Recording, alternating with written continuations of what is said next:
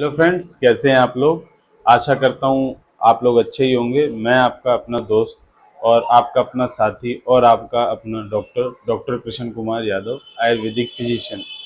तो आज हम बात करेंगे एक ऐसे ही टॉपिक के बारे में जो आप लोगों की नज़रों में और आपने कभी सुना भी होगा, जाना माना नेम, जिसको हम कहते हैं थायराइड डिजीज।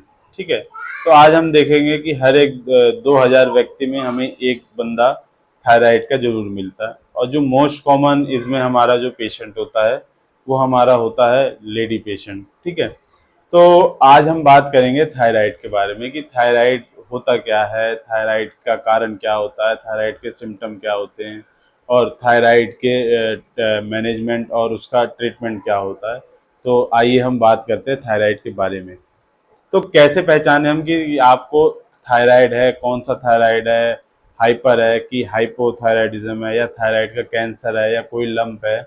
आइए हम आज हम इस वीडियो के बारे में आपको बताएंगे, वीडियो के माध्यम से, कि किस प्रकार हम पहचान सकते हैं कि हमें थायराइड कौन सा और किस प्रकार का है। तो आइए, थायराइड होता क्या है।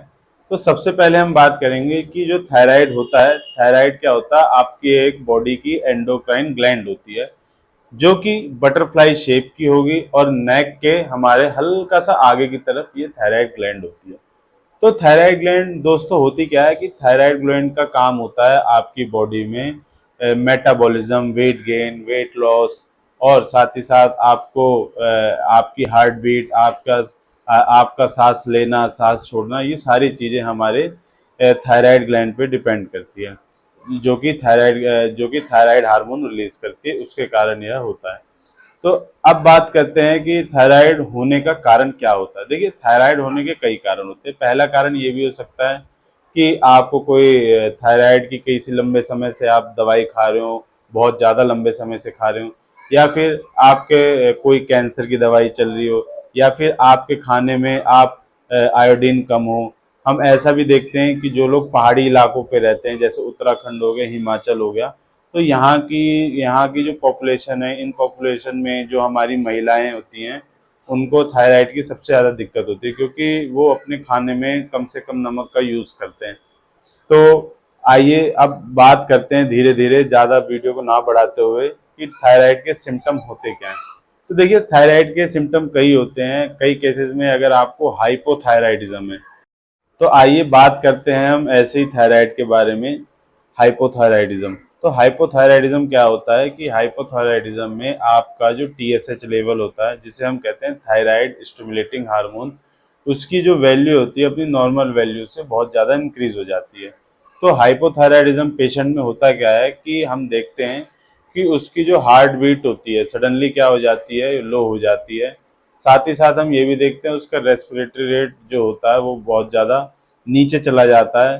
तीसरी कंडीशन हम ये देखते हैं कि उसकी ड्राई स्किन हो जाती है। अगर वो लेडी है तो उसमें हैवी मेंस्ट्रुअल पीरियड्स आते हैं, जिसे हम मेनोरेजिया कहते हैं। और उसके साथ हम ये भी देखते हैं कि उसका डिप्रेस मूड होता है। और साथ ही साथ हम एक जो सबसे क्लिनिकल फीचर है हाइपोथायराइडिज्म का, हम ये देखते हैं कि patient is sensitive to cold. ठीक है, उसे ठंड ज़्यादा लगती है। आइए तो बात करते हैं फिर हम हाइपरथायराइडिज्म के बारे में। तो हाइपरथायराइडिज्म कब माने कि आपको हाइपरथायराइडिज्म थायराइड है। हाइपरथायराइडिज्म थायराइड में अगर हम अपने टेस्ट देखते हैं तो उसमें T4 की वैल्यू हमें उसकी नॉर्मल वैल्यू से ज़्यादा मिलती है। ठीक है। तो इसमें सिम्टम क्या होते हैं पेशेंट के साथ, कि एक तो पेशेंट का जो वेट है वो बहुत जल्दी क्या होगा, हम देखते हैं कि धीरे धीरे लो होने लग जाएगा, मतलब वेट लॉस होने लग जाएगा। दूसरी चीज हम देखेंगे कि पेशेंट की हार्ट बीट बहुत ज़्यादा हो जाएगी, टैकीकार्डिया जिसे हम कहते हैं। और साथ ही साथ पेशेंट को स्लीप डिसऑर्डर हो जाएगा, उसको नींद नहीं आएगी। अगर कोई लेडी पेशेंट है तो हम उसमें देखते हैं कि उसको इरेगुलर मेंस्ट्रुअल पीरियड होते हैं, या फिर एमिनोरिया भी होता है। एमिनोरिया यानी कि आपको बिल्कुल भी जो महीना आता है, जिसे हम मासिक धर्म कहते हैं हिंदी में, वो आपको नहीं आएगा। और साथ ही साथ जो पेशेंट होगा वो सेंसिटिव टू हीट होगा, और उसको एंजाइटी डिसऑर्डर या हमेशा उसका मूड स्विंग रहना। तो ये सारे सिम्टम जो होते हैं वो हाइपरथायराइडिज्म थायराइड के होते हैं।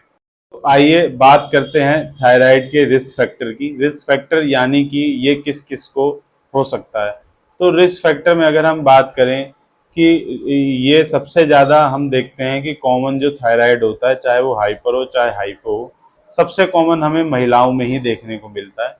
और ज़्यादातर ये उन महिलाओं में ज़्यादा देखने को मिलता है जो पहाड़ी इलाकों पे रहती हैं, क्योंकि उनके यहाँ उनके खाने में वो नमक का बहुत ही कम यूज़ करती हैं।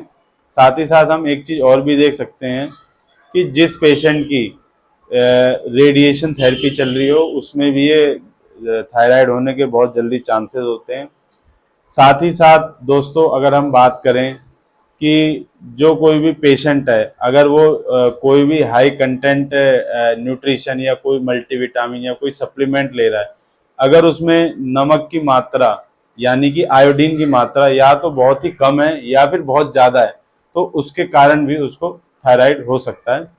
अगर औसतन लेवल पे बात की जाए तो किस प्रकार की महिला को थायराइड हो सकता है, तो हम कहेंगे कि जो 60 साल से ऊपर की महिलाएं होती हैं उनको अपना साल में या 6 महीने में एक बार थायराइड टेस्ट जरूर कराना चाहिए, क्योंकि अबव देन 60 ईयर जाने के बाद फीमेल में हम देखते हैं कि मोस्ट कॉमन थायराइड होने की संभावना रहती है। तो दोस्तों अब हम बात करेंगे थायराइड के ट्रीटमेंट और मैनेजमेंट के बारे में। देखिए सबसे पहले तो अगर हम बात करें तो थायराइड के ट्रीटमेंट जब भी होता है उसमें आपको पहले इन्वेस्टिगेशन करवानी पड़ती है। तो दोस्तों अब हम बात करेंगे थायराइड के इन्वेस्टिगेशन के बारे में कि कैसे लैब टेस्ट रिपोर्ट से हम पता करें कि हमें हाइपोथायराइडिज्म है हाइपरथायराइडिज्म है। देखिए अगर आप ये 3 टेस्ट करवाएं, जैसे T3, T4 और TSH, इन 3 टेस्ट से ही हमें पता चल जाता है कि आपको थायराइड है भी कि नहीं है। तो देखिए जब भी नंबर 1 पे बात करें T4 के बढ़ने का रीज़न, जिसे हम कहते हैं हाइपरथायराइडिज्म, जब भी आपका T4 बढ़ेगा तो आपको हाइपरथायराइडिज्म होगा। ठीक है। दूसरे नंबर पे बात करें T3 या TSH, जब भी आपकी बॉडी में T3 या TSH बढ़ेगा तो उसे हम कहेंगे हाइपोथायराइडिज्म। ठीक है। कभी कभी हम ये भी देखते हैं कि पेशेंट बताता है कि उसके सारी रिपोर्टें नॉर्मल आ रही हैं, लेकिन फिर भी उसके गले में जहाँ थायराइड ग्लैंड होती है तो यहाँ पे हम देखेंगे कि उसके कुछ उभरा उभरा एक मांस का टुकड़ा होता है, जिसे हम लिपोमा वगैरह भी कहते हैं। उसके लिए हम कुछ रेडियो डायग्नोस्टिक टेस्ट होते हैं, जैसे अल्ट्रासाउंड हो गया या फिर हम उसकी बायोप्सी करवाते हैं, तो उसमें हमें ये देखने को मिलता है कि इस थायराइड का होने का क्या कारण है। तो दोस्तों अब हम बात करेंगे थायराइड के ट्रीटमेंट और मैनेजमेंट के बारे में। देखिए दोस्तों अगर आपको थायराइड किसी भी प्रकार का हो तो सबका ट्रीटमेंट और मैनेजमेंट समान है, आपको कुछ भी नहीं करना, लेकिन कुछ परहेज ऐसे हैं जो आपको करने पड़ेंगे। सबसे पहले तो आपको क्या करना है, थायराइड डिजीज होने पे आपको अपने नज़दीकी डॉक्टर किसी भी डॉक्टर से कंसल्ट करना है। ठीक है। नंबर 2 पर अगर हम बात करें थायराइड होने पर आपको क्या करना है, बिल्कुल भी गोभी का सेवन नहीं करना, चाहे वो गोभी किसी भी प्रकार की हो, चाहे वो फूल गोभी हो, चाहे वो पत्ता गोभी हो, चाहे वो आपकी ब्रोकली हो, चाहे वो बैगन हो। तो इस प्रकार जो भी हमारी बाय बतास चीज़ें हैं जो हमारे शरीर में वात रोगों को ज़्यादा बढ़ाती हैं, उस चीज़ों का हमें प्रयोग कम से कम करना है।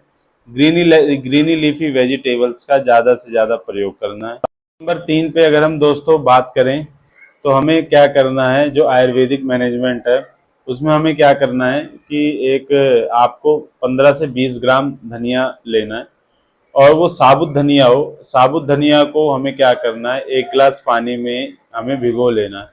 उसको इसलिए भिगोना है दोस्तों क्योंकि धनिए की जो तासीर होती है वो गर्म होती है। जब धनिया आपका पूरी रात भर भीगा रहेगा, जब सुबह वो उसकी तासीर ठंडे में बदल जाएगी, तो आपको धनिए को अच्छे से पीस करके उसको हल्का सा गुनगुना करना है, और उस गुनगुने हुए धनिए के पानी को आपको 1 गिलास में छान लेना है और उसको खाना खाने से 2 घंटा पहले पीना है।